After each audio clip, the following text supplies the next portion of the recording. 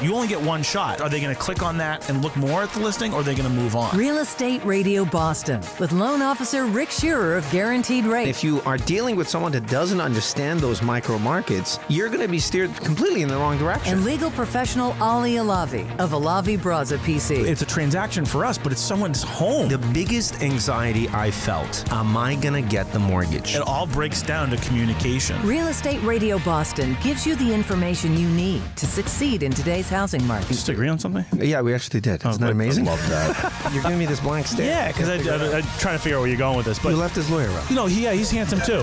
Rick Shearer, NMLS ID 454910. This is Real Estate Radio Boston.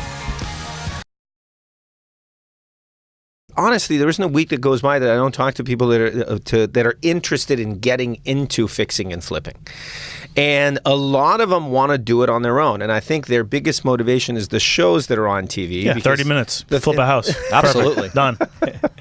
And so it's about Hollywood. Right. And so for someone who wants to sort of go down that path, tell us as to how you would go about identifying an opportunity, and what are some of the pitfalls that one needs to avoid? Sure, absolutely. Like we've talked about in the past, more than 90% of our opportunities in the renovation side of the business comes from off-market opportunities. In addition to, we've really put a lot of focus in the past 12 months on going to the auction market. And we've really just hit that hard with a lot of money, a lot of opportunity, and a very strategic approach to it. We've got two of our joint venture partners that focus solely on auction markets. So they've got a daily schedule, a hit list that they're going to go to. They've already researched that project. They know what it is going to sell for as a post-renovation project, what they can pay for it, et cetera. In addition, what they really do a good job of is they go out and get into them before. So they're trying to get into the markets. We've kind of mastered kind of being able to get access to the properties and whatnot. So we can get in, kind of get an idea of what that renovation is going to look like. In addition to that, we've also been able to master kind of the tenant side of it as well. A lot of times when you buy an auction market, it's still occupied. So how do you handle getting the tenant out? And how do you handle negotiating with them post sale? All right, so what are some of the challenges associated with someone who wants to buy a lakefront property or a property in that area? It's going to be mostly well water and private sewerage. Lots of restrictions in terms of expansion due to shoreline regulations and dealing with the state and local agencies. 8% of homes are being sold in open houses. I think there's agents here in the studio that will disagree with that. 86% of initial searches start on the internet. Do you guys think that, do you like open houses? Are you a fan of open houses? Do you think that open houses sell homes? We always have one open house in our marketing plans for sellers because we feel there's a certain group of buyers that are open house oriented, and we want to make sure that we provide them with an open house. So we typically will list a new home in a multiple listing service, say on a Wednesday or Thursday. There'll be no showings until that Sunday at the open house. We've got to gin up some interest, some urgency. And then from there, we go on, but we typically won't do additional And are you seeing that a lot of buyers you're capturing a lot of buyers in those open houses? Yeah, I think a lot of agents in our marketplace, and we've sort of joined the bandwagon, are sort of listing the home and holding showings off until that Sunday. So you are gaining a lot of traction and a lot of activity.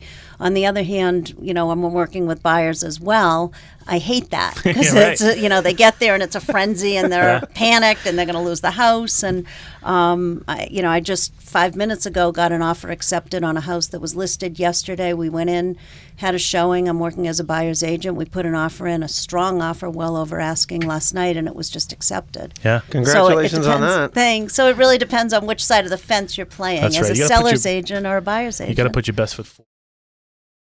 Buyers nowadays can't see through maybe paint colors and rugs and hey, if we just tweak this a little bit, they'd open up this. It's the greatest deficit is the lack of vision. Yeah, they get caught up in paint colors and forget that it's just a fantastic home with crown moldings and a terrific kitchen and a backyard. Yeah, and a 2-car garage. they can get lost. When you're dealing with an antique home, you just don't know what's behind the walls. You don't know if the walls are even insulated, for God's sakes. And then there's restrictions in terms of the types of improvements that you can make.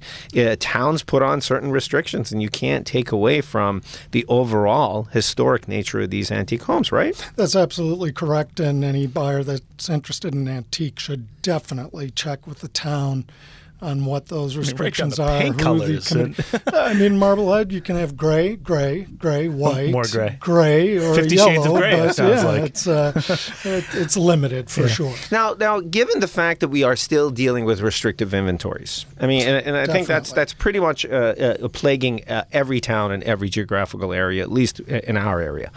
Are you seeing buyers that their knee-jerk reaction is, I don't care. I know you're giving me sound advice. I want to get into this house and I want to buy, or are they listening to you?